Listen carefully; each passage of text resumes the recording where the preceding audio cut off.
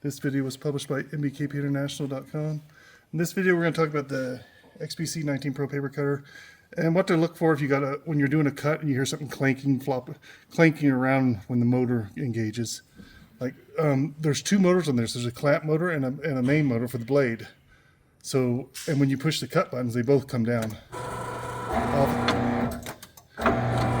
Obviously, the clamp motor goes first. You can see the clamp moving first, but you can just do a clamp only by this center reset button and this one here. You push and hold these, and it'll just be the clamp going down. That way you can determine if the clanking noise is coming from the clamp motor or the other motor. So we'll do the clamp only. And that way the other main motor is not even involved. Then you can do a reverse. And you can see if it's making the noise then it'll be the clamp motor. If it's not making the noise, then you do this, and it only starts making noise once the blade starts going down. Then you'd be looking for the to check the blade, the main motor for the blade. So two different motors there to determine which one it is. If it's your clamp motor, or let's go around here for the blade motor. If it's your blade motor, you're going to want to, here it is back here. You're going to want to take this back table off right here. There's a tape back there. There's a table here, obviously. You got a top part here, safety shield. Take that off. You can take the back table off, and then you can. This is the back cover for it. And there's a fan in there, and there's 3 screws. You got 1, 2, and another one underneath. So you may need a short screwdriver for this one because you can't really get a long screwdriver there. So a little short Phillips right there, and then those two. The one underneath, you might have to open up your paper pull-out bin and take your paper pull-out bin completely out to reach in there, to reach inside your paper pull-out bin area and get this bottom screw under here. This one obviously you can get right here, and the top one you can get with the short one. And then you just take this off and see if there's anything loose in there where that fan, there's a fan that spins around. It could be clanking something around. So that's that one. Come around here for this other one. I'll turn the power off here.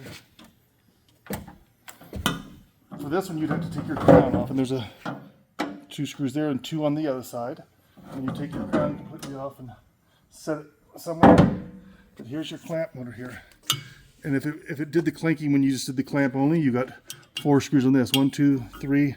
Unfortunately, there's a 4th one back here. That would be impossible to get to without removing your clamp motor. So to do, it's not hard to do, but to do that, you gotta just pull up on your belt as you're spinning it. Or you can go the other way, depending on which way it goes.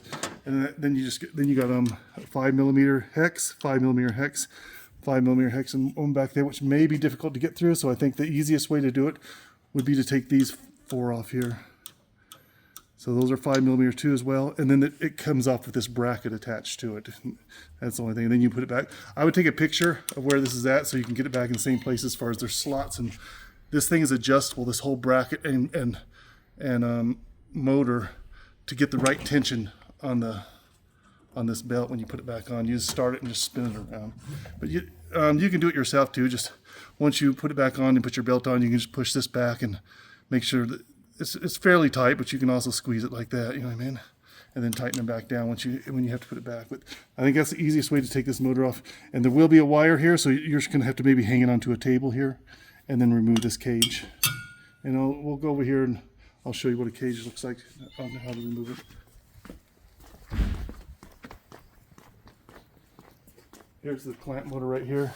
This one doesn't have the bracket attached to it, it's just that plate attached to it, no big deal.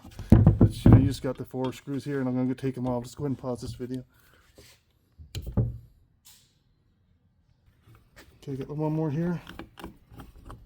And then this cage just comes off. And what happens sometimes is this fan can fall off in this one. A lot of times there's no screw in there. I guess it's possible this screw could fall off here. That's what you do to take it off. You know, it's a screw here that could have came loose. And then this can come loose and fall off and be clinking around in here. Clink, clink, clink, clink.